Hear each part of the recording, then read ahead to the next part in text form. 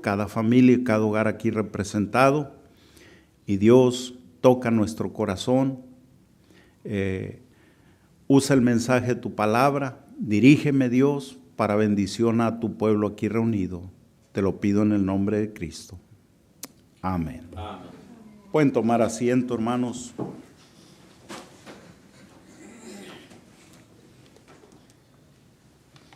En Hechos capítulo 27, hermanos, Pablo es enviado a Roma en calidad de preso, con el propósito de comparecer ante César por las cuestiones de que se le acusaba. Y Pablo es entregado a un centurión llamado Julio.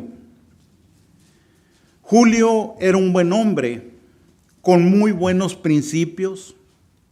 Julio trata muy bien a Pablo. En el versículo 3 del mismo capítulo 27, vemos que le da privilegios a Pablo que como preso no merecía.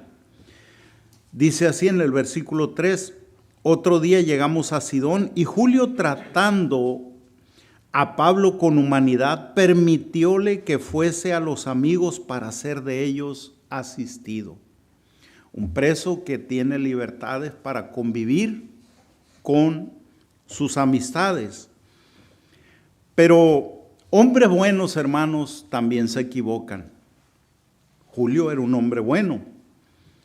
Y Julio se equivoca también, toma malas decisiones.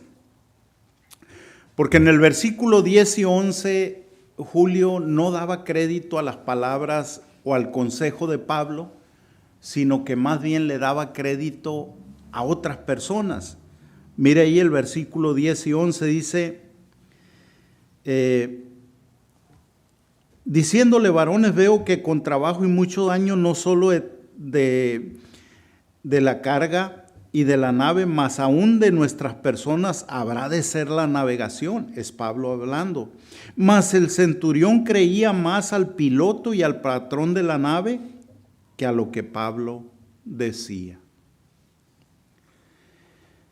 Y muchas veces, hermanos, hay cosas que uno ve y hay gente que no las cree. Un día venía viajando con un hermano yo de Ciudad Juárez, Chihuahua. Estaba haciendo un frillazo y vi unas nubes y le dije: hermano, necesitamos apurarnos porque nos va a agarrar la nevada. Me dijo: ay, hermano, no le creo. Llegamos a un punto, hermanos, donde nos agarró la nevada y no se miraba y hasta la carretera estaban cerrando.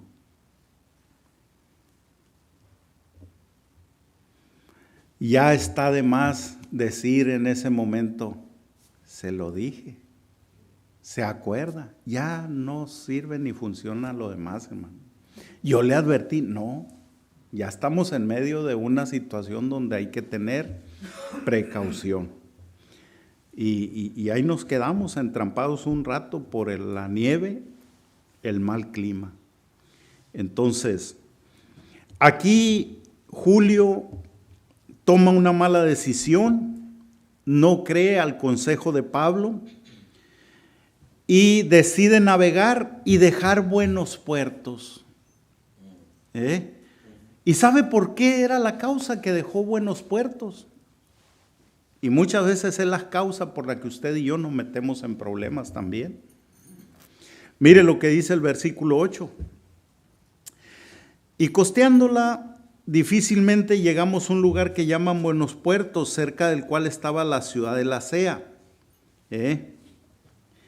Y luego, más adelante, dice, versículo 12, y no habiendo puerto cómodo para invernar, muchos acordaron pasar aún de allí por si pudiesen arribar a Fenice e invernar allí, que es un puerto de Creta que mira al nordeste y sudeste. ¿Sabe por qué salieron de ahí, de Buenos Puertos? Porque era incómodo el puerto para invernar. Y por la comodidad pues mejor decidieron salir. La incomodidad me hace tomar malas decisiones, hermanos.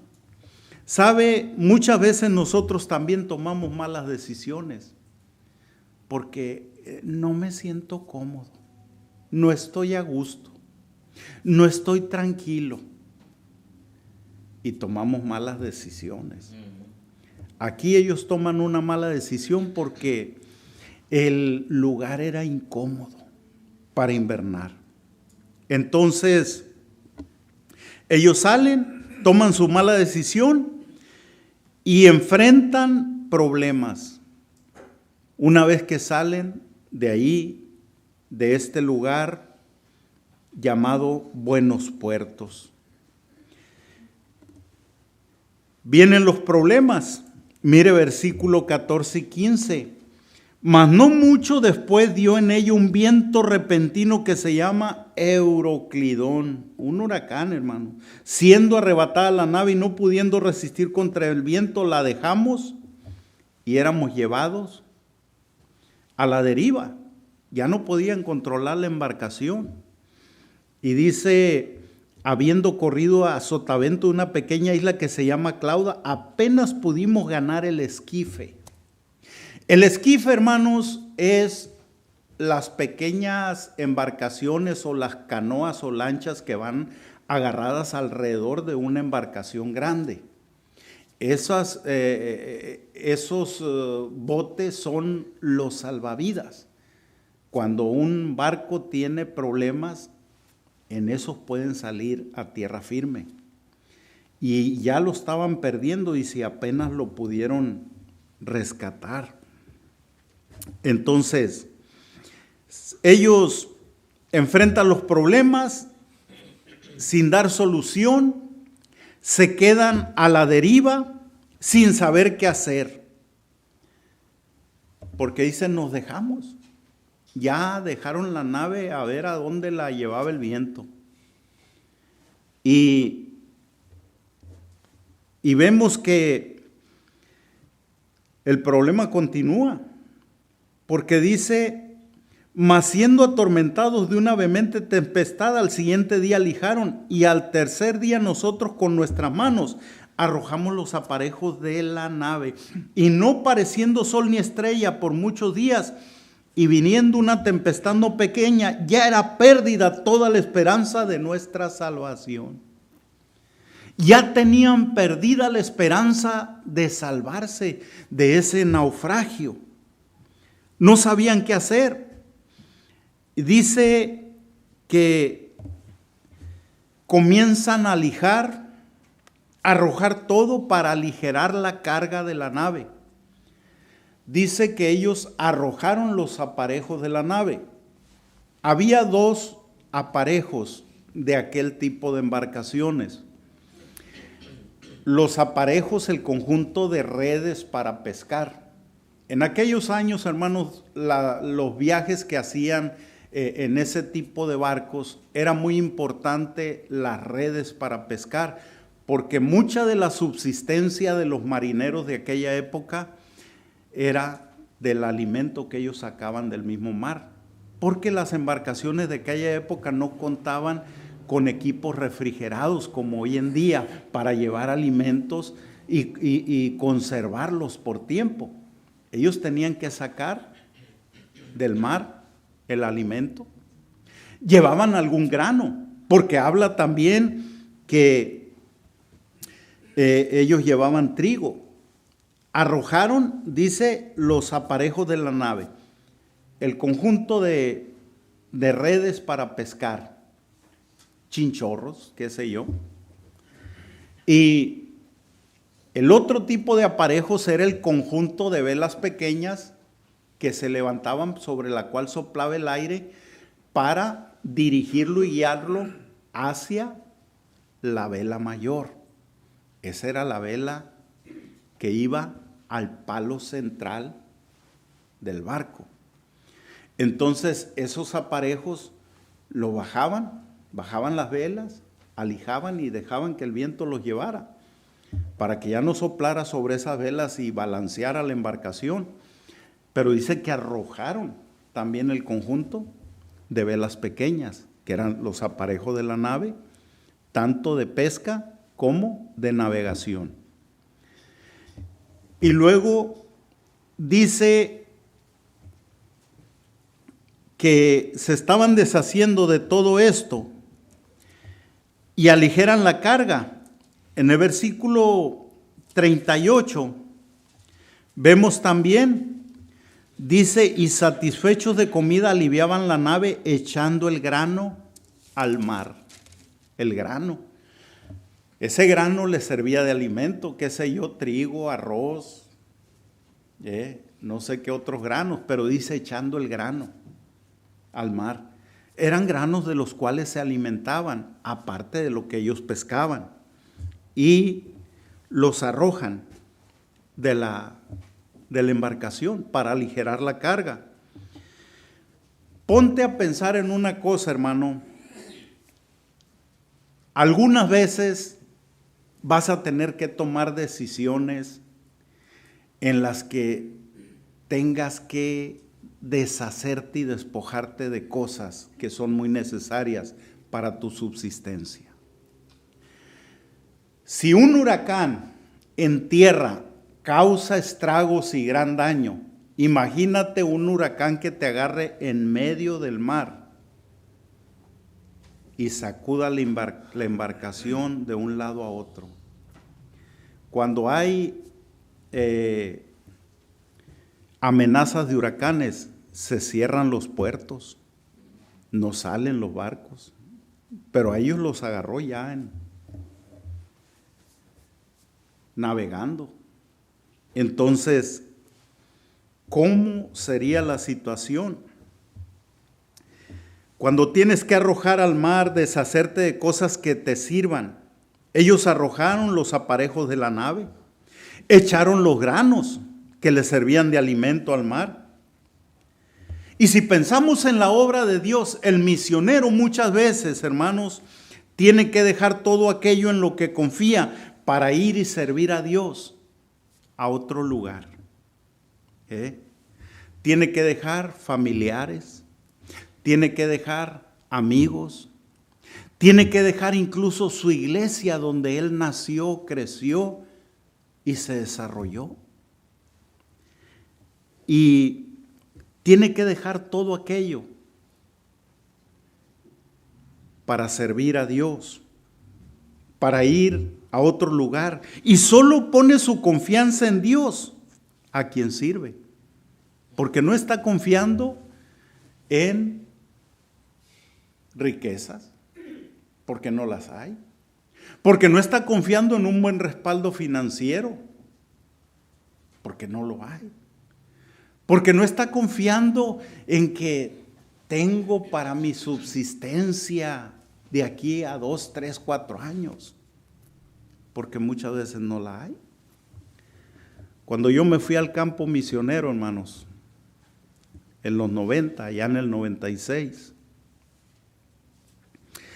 no existía el auge que hay hoy acerca de misiones. Es más, ni nos recibían en las iglesias para presentar la obra.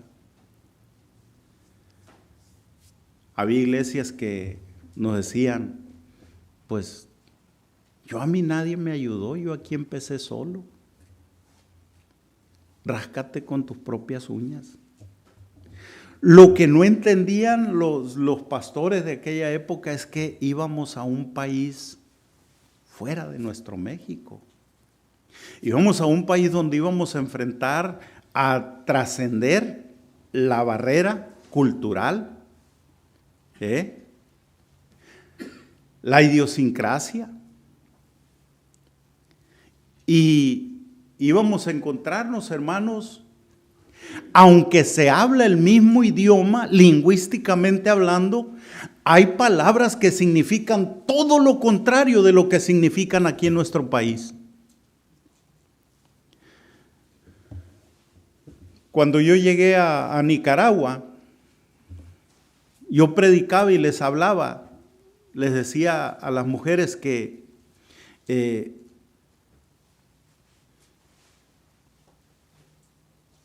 venían muy rabonas. Y Rabón aquí es largo, ¿verdad? Allá Rabón era todo lo contrario. Entonces, de por sí traían un vestidito corto, lo querían subir más, porque yo les decía que era Rabón. Para ellos pensaban que era largo, porque Rabón allá es largo, y aquí es ¿qué? Corto. Fíjese nomás, qué gran diferencia. Y yo en mi mente, pues el significado de aquí le daba. Fui a predicar a una iglesia en Guatemala y en lo que yo estaba predicando el mensaje, usé una frase para decir que a veces teniendo a Dios en nuestra vida estamos vacíos, y yo se me hizo fácil usar la palabra estamos huecos, vacíos, huecos, sin Cristo, aunque lo tengamos. Y todo el mensaje, y al final del mensaje me dice una hermana: pastor, no ande usando esa palabra que todo el mensaje nos dijo que nosotros éramos. ¿Qué palabra, hermana? Eso de huecos. Pues ¿qué es hueco, hermana, aquí? Porque para mí hueco tiene un significado de estar vacío, que no hay nada en el interior. No, hermano, esa palabra es mala. Aquí hueco es un homosexual. Y dije, Señor, pues cuando volví otra vez a enseñar, le dije: perdónenme, hermanos, para mí tiene un significado diferente, pero ellos pensaron que yo les estaba diciendo que ellos eran eso. Imagínense.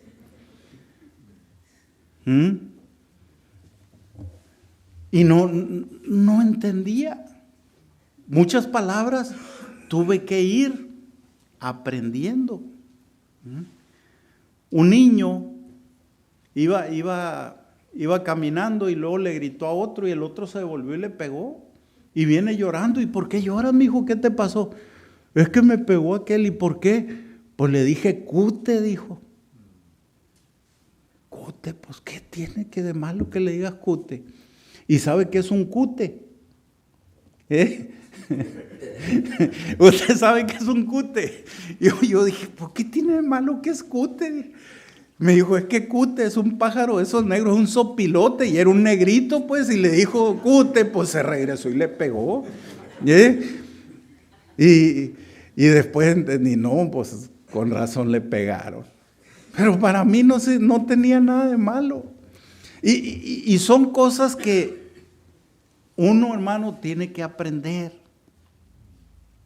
Palabras que tienen otro significado. En Chile, una guagua es una niña. En Cuba, una guagua es un autobús. Una niña chilena en Cuba, una guagua mata a una guagua. ¿Me entiende? Porque en Chile una guagua es una niña y en Cuba una guagua es un autobús.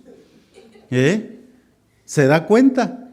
Y son cosas que uno tiene que aprender estando fuera. Si nomás de aquí al sur de nuestro país, Chiapas, Campeche,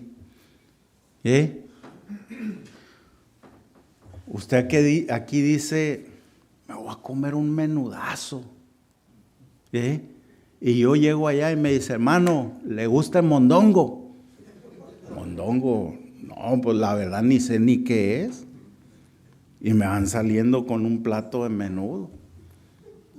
Mondongo. Y luego, como el que me dijo era el papá de un muchacho, y salen unos chorzotes y así medio indiado, dije: ha de ser caníbal y me quiere comer este hombre, como que mondongo.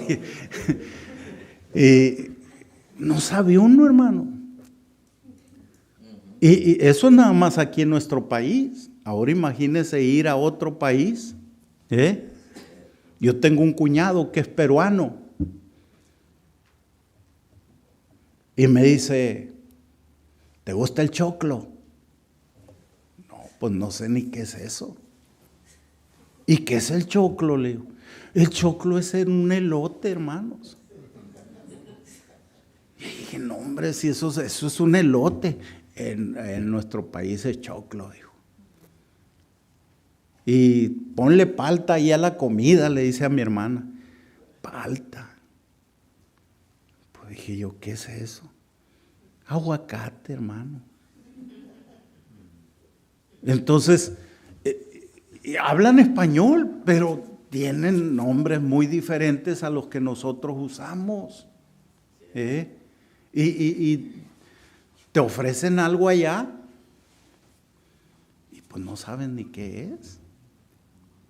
Entonces, tienes que aprender. Yo aprendí muchas cosas, muchos diálogos, muchas palabras que aquí en nuestro país tienen un significado diferente. En Centroamérica al dinero le dicen pisto. Y el pisto aquí es algo que embriaga, es licor, algo para emborracharse.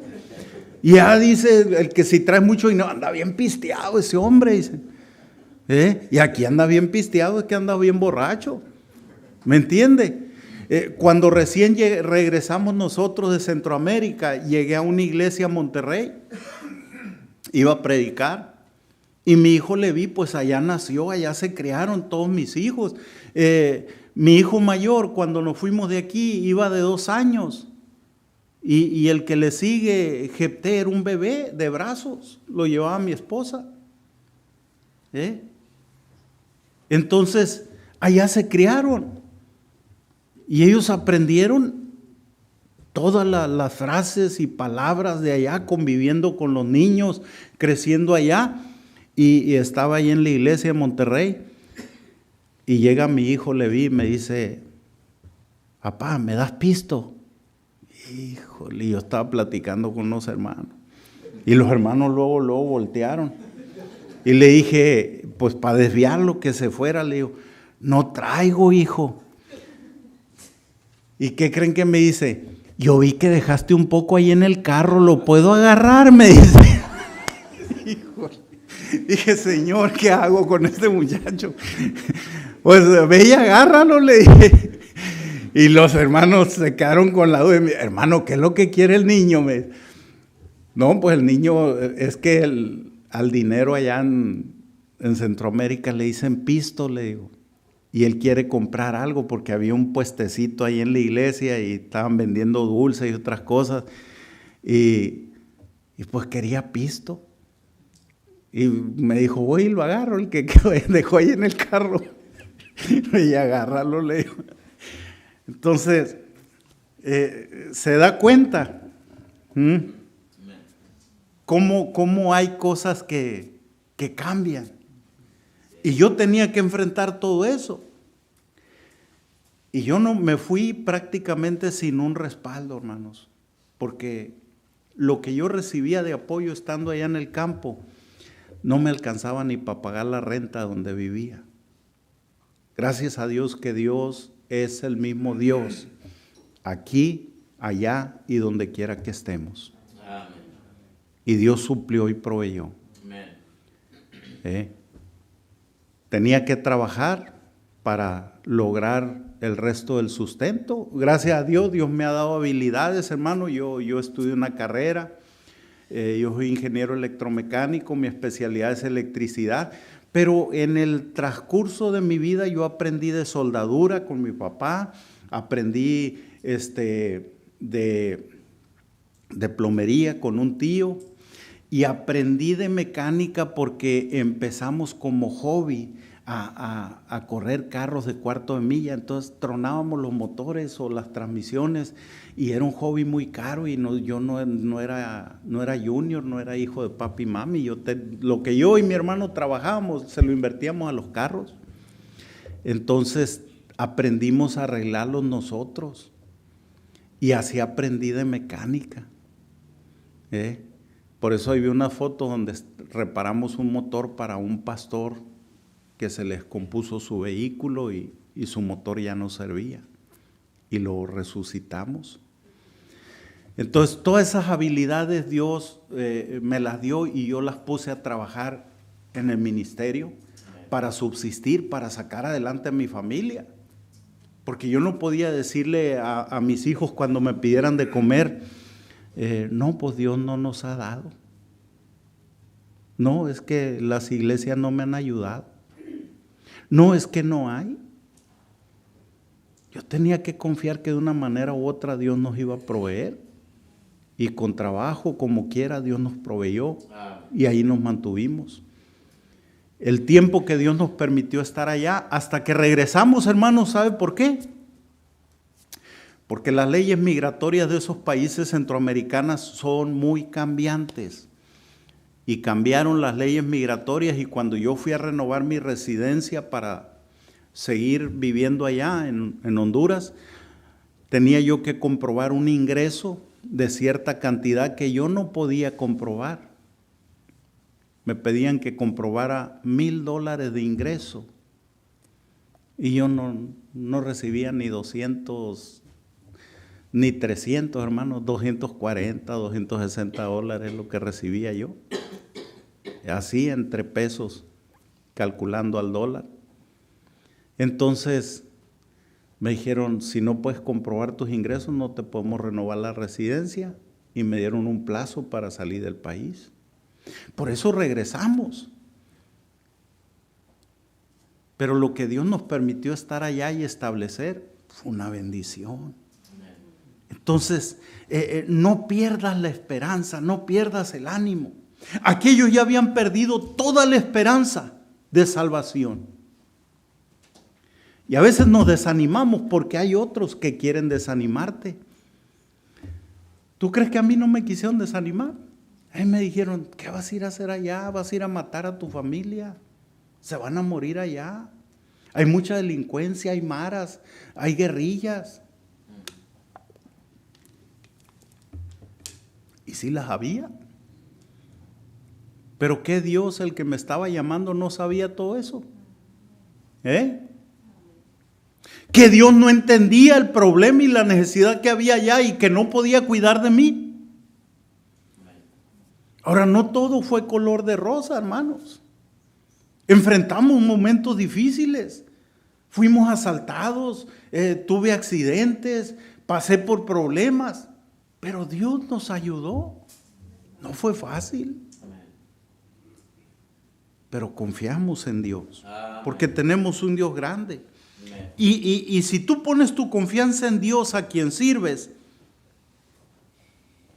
eso es lo que hace el misionero. Mire, versículo 23 y 24. Cuando tú pones tu confianza en Dios, dice el apóstol aquí, porque esta noche ha estado conmigo el ángel de Dios, del cual yo soy y al cual sirvo. ¿Quién? El ángel de Dios, del cual yo soy y al cual sirvo, dice. Diciendo Pablo, no temas, es menester que seas presentado delante de César. Y aquí Dios te ha dado todos los que navegan contigo. Por tanto, varones, tened buen ánimo, porque yo confío en Dios que será así como me ha dicho. Estamos para dar ánimo a otros hermanos que están desanimados. Amén. Estamos para motivar e inspirar a aquellos que no quieren. Amén. Servir a Dios y hacer su voluntad. Amén. Pero si tú no tienes buen ánimo, entonces ¿cómo vas a animar a otros? Así es. ¿Entiende? Y luego vemos más adelante, ellos ya habían arrojado los aparejos, ellos ya habían arrojado el grano, ya tenían perdida toda la esperanza de salvación. Y luego, en el versículo, después del versículo 25, mire, dice más abajo, en el 27, dice, y venida la 14ª noche, y siendo llevados por el mar Adriático, los marineros a la medianoche sospecharon que estaban cerca de alguna tierra. ¿Quiénes? Los marineros. ¿Quiénes eran los que conocían del mar? Los que movían la embarcación, los que sabían controlar y dirigir el barco. ¿Los presos o los marineros? Los marineros, ¿verdad?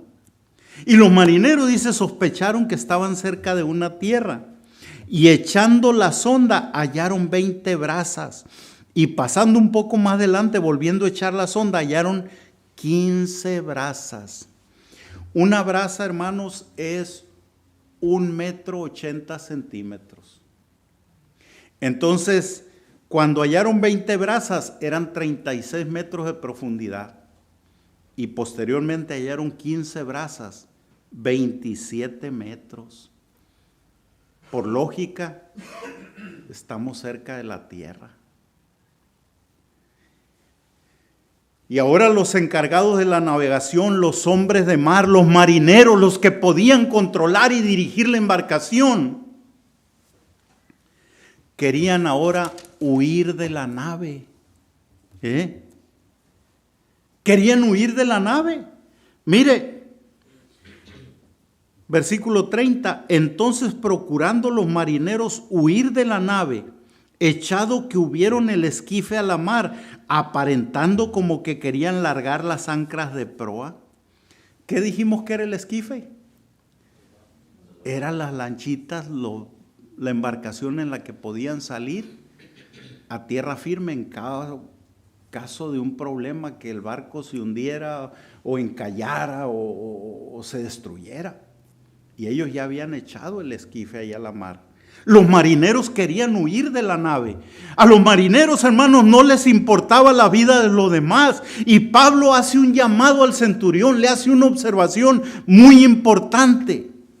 Dice, versículo 31, Pablo dijo al centurión y a los soldados: si estos no quedan en la nave, vosotros no podéis salvaros.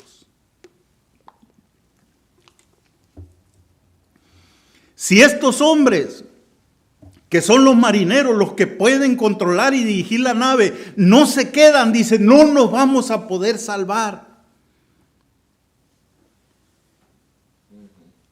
Es interesante porque ellos sabían y conocían del mar y conocían a la perfección la embarcación. Hermanos, este mundo se perderá. Este mundo ya... Las llamas del infierno están ardiendo debajo de los pies de muchos. Este mundo cada día se hunde más en la maldad. Este mundo cada día está más destruido por la corrupción, los vicios, las drogas, la delincuencia, el crimen, la violencia, la prostitución, la drogadicción, el homosexualismo y tantas otras cosas, hermanos, que está destruyendo la sociedad en que vivimos. Pero este mundo se perderá si tú y yo no permanecemos en el barco. Si tú y yo no permanecemos haciendo lo que Dios quiere para sacarlo adelante, si tú y yo no permanecemos en la embarcación de Dios, es la iglesia, hermano. Si tú no te mantienes en el lugar donde Dios te tiene, este mundo no podrá salvarse, porque tú y yo somos responsables delante de Dios de lo que sucede en este mundo. Si tú no permaneces en tu iglesia, fiel, participando, dando, ofrendando, diezmando, haciendo la voluntad de Dios, este mundo no se salvará, mi hermano. Cierto. Tu familiar, tu amigo, tu vecino irá a condenación si tú no permaneces fiel en este barco donde Dios te puso, que es tu iglesia. Haciendo la voluntad de Dios. Si tú y yo no permanecemos, tus familiares, tus amigos se perderán. Somos su única esperanza de salvación, porque este mundo ya tiene perdida la esperanza de salvación. Hay personas que tú las ves y muchos dicen, es un caso perdido. Dios es especialista en casos perdidos. Amén. No tienen remedio, dice alguna gente por ahí, porque este mundo ya tiene perdida la esperanza de salvación. Pero el especialista de casos perdidos es Dios. Amén. Y si tú no permaneces, hermanos, porque tú y yo somos su única esperanza, por eso debemos de permanecer.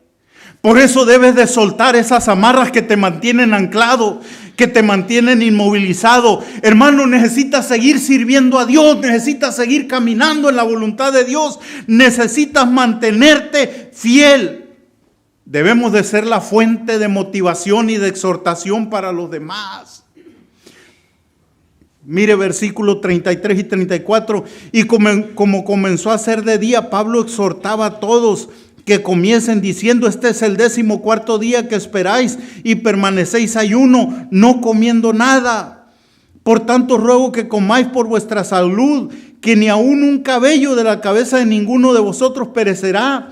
Y habiendo dicho esto, tomado el pan, dio gracias a Dios en presencia de todos y partiéndolo comenzó a comer. Entonces todos, teniendo ya mejor ánimo, comieron. Pero ¿quién les dio el ánimo? El varón de Dios, el siervo de Dios. ¿Sabe quiénes le vamos a dar ánimo a este mundo perdido? Tú y yo. Vamos a ser la causa de motivación, de ánimo para aquellos que ya tienen perdida toda su esperanza de salvación. Para aquellos que ya tienen perdido todo el propósito de vida. Tú y yo podemos ser de ánimo para ellos. Para que Dios transforme sus vidas. Para que Dios los convierta de las tinieblas a su luz resplandeciente. Debemos de dar ánimo al desanimado, hermanos. En este barco había un grupo de 276 personas.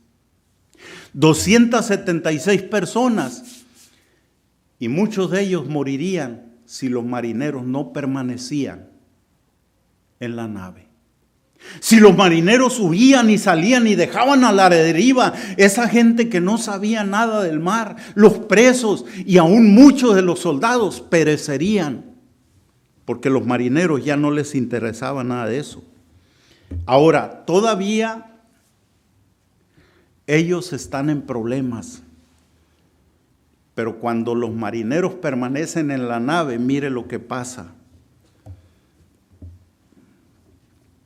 Dice versículo 39, y como se hizo de día, no conocían la tierra, mas veían un golfo que tenía orilla, a la cual acordaron echar si pudiesen la nave.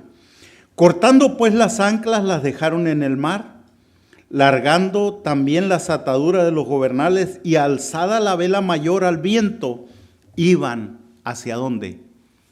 A la orilla. Alzada la vela mayor al viento. Iban empujados hacia la orilla. ¿Se acuerda que les dije que habían arrojado los aparejos? Y uno de los aparejos era el conjunto de velas pequeñas. Pero la vela mayor, esa iba al palo central, al mástil. Solamente podía ser subida y bajada. Y ellos la alzaron, porque la habían bajado para que el viento no los llevara a la deriva. Y no tuvieran más problemas, porque era un viento huracanado. Ahora la levantaron, porque era el único remedio y plan de salvación para salir hacia la orilla. Poder dirigir la embarcación a tierra firme, al lugar seguro. Alzada la vela mayor. Ahora no todos estaban a salvo, pero habían logrado que todos se quedaran unidos con un mismo propósito. Los marineros se quedaron y todos estaban juntos, y ahora todos permanecían unidos con un mismo propósito. Por eso, hermanos, qué importante es la unidad. Que permanezcamos unidos como iglesia. Que tengamos la unidad como hijos de Dios. Que permanezcamos juntos con un mismo propósito. Y aquí están ellos juntos con un mismo propósito. Y dice que los marineros toman el control, los expertos en la navegación. Izada la vela mayor, la de proa, enfilan hacia la playa, a tierra, al lugar firme. No te desanimes, hermano, cuando las cosas no salen como tú quieres. Cuando hay problemas en la vida, cuando hay situaciones adversas, cuando hay enfermedad, cuando hay tristeza, cuando hay quebranto, cuando hay desánimo, cuando todo viene en contra tuya y tú dices, ¿qué hago, Señor? No te desanimes. Porque tú tienes una esperanza de salvación como la tenían ellos. Alzada la vela mayor, iban hacia la orilla. Tú puedes con toda confianza tener esa garantía y esa seguridad que en medio de la adversidad tú tienes esa esperanza. Esa vela mayor en tu vida es Cristo. Es el que nos dirige, es el que nos guía, es el que nos da un plan de vida, un propósito para seguir adelante. Es el que nos da, hermanos, la vida misma. Amén. ¿En quién más vamos a confiar? ¿A quién iremos, Señor? Si solo tú tienes palabra de vida. Amén. Esa vela mayor en tu vida es Cristo. Alza tus ojos a Él. No te desanimes. Él nos llevará a la playa, al lugar seguro. Permanece fiel. Quédate en el barco. ¡Ey! Quédate en el lugar donde Dios te puso. Quédate en tu iglesia. Sigue adelante. Sé fiel. Quédate en el lugar donde Dios te puso. No te rajes. No te agüites. No te desanimes. Permanece fiel en el barco donde Dios te puso. Es tu iglesia.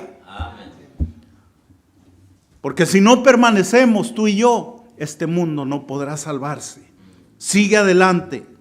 Recobra ánimo. Dios es fiel. Hay almas que salvar. Sigue yendo a tocar puertas. Sigue dando para que otros vayan. Sigue orando que Dios siga enviando más obreros a sus mies.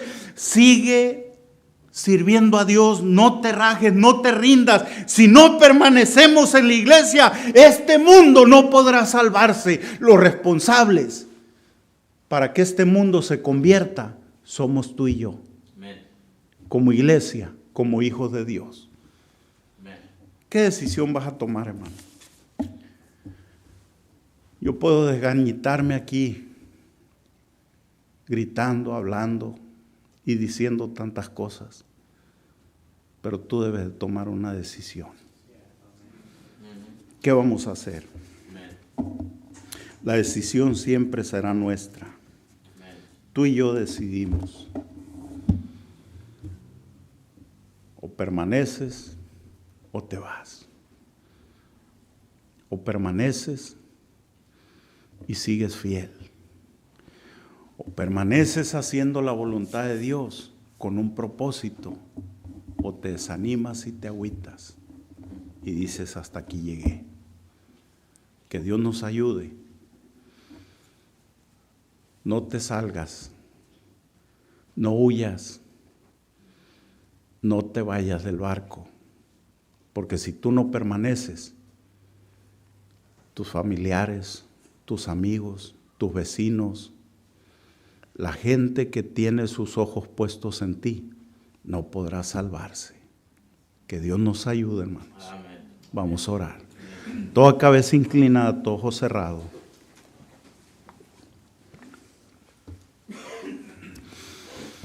Señor, gracias por tu palabra. Ayúdanos, Dios, a tomar las decisiones adecuadas para tu gloria. Yo no sé, mi hermano, mi hermana, en qué Dios ha hablado a su vida. Yo no sé de qué manera el Espíritu Santo ha tocado su corazón. Pero si Dios ha hablado, ¿por qué no viene al altar y toma una decisión delante de Dios? No pienses qué van a decir, qué van a pensar si yo paso al altar, que yo estoy mal, que yo estoy... No te preocupe lo que piensen los demás. Preocúpate qué piensa Dios de mí. ¿Qué piensa Dios de mi vida? ¿Qué piensa Dios de mi caminar? ¿Qué piensa Dios de lo que yo soy? ¿Por qué no vienes al altar y le dices, Señor, yo quiero permanecer en el barco? Yo quiero permanecer fiel. Yo no me quiero desanimar. Yo no me quiero rajar. Yo no quiero huir. Yo quiero seguir aquí al lado de mi pastor, apoyándole, caminando, Dios, tomado de tu mano. Yo quiero seguir en tu voluntad. Aquí está el altar, hermano. ¿Por qué no vienes? ¿Por qué no tomas una decisión? Yo creo que lo importante, les dije hace rato, es ¿qué vamos a hacer tú y yo? No es lo que van a hacer los demás. La vida es decisiones y tú puedes tomar buenas o malas decisiones, pero es el momento de decidir hacer algo. está en juego la eternidad. Tal vez tú dices, hermano, pues yo no puedo pasar, tengo algunas imposibilidades, pero puedes hacer un altar ahí en tu corazón donde estás. Pero si tú puedes venir aquí al frente, yo creo que no debías desaprovechar la oportunidad y decirle, Señor, aquí estoy Dios, ¿qué quieres que yo haga? Yo no sé lo que van a hacer los demás. Josué determinó y dijo, yo no sé lo que van a decidir ustedes, pero mi casa y yo serviremos a Jehová. Yo y mi casa ya tomamos una decisión, en otras palabras. ¿Tú qué decides? Yo voy a dejar la invitación en manos del pastor, pero si Dios está hablando a tu vida, hermano, hermana,